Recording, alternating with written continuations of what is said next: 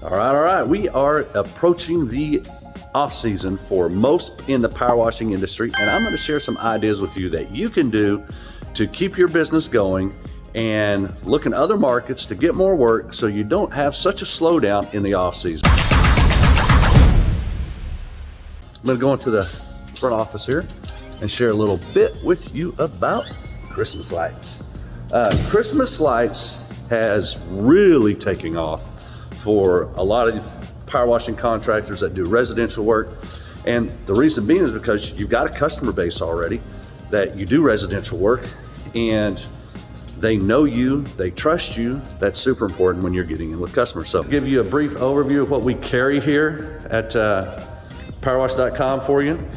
And so here are C9 bulbs. Oh, by the way, we do offer a class.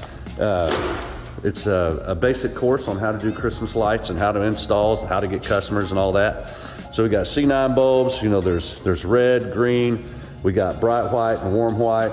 We got the 5mm strands. Those are 4 inches apart. The C9 bulbs come down here. And you see we've got different lengths for spools of zip cord. That's basically the electrical cord that you put on it. And then the ends that go with it, got those here as well to hook them up, and these clips here that you can attach. And I believe, yeah, we do, right here they are.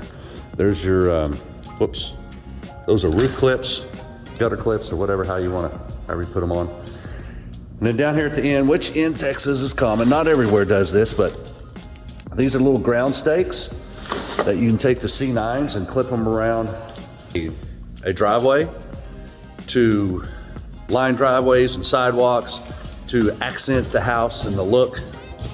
So those are Christmas lights.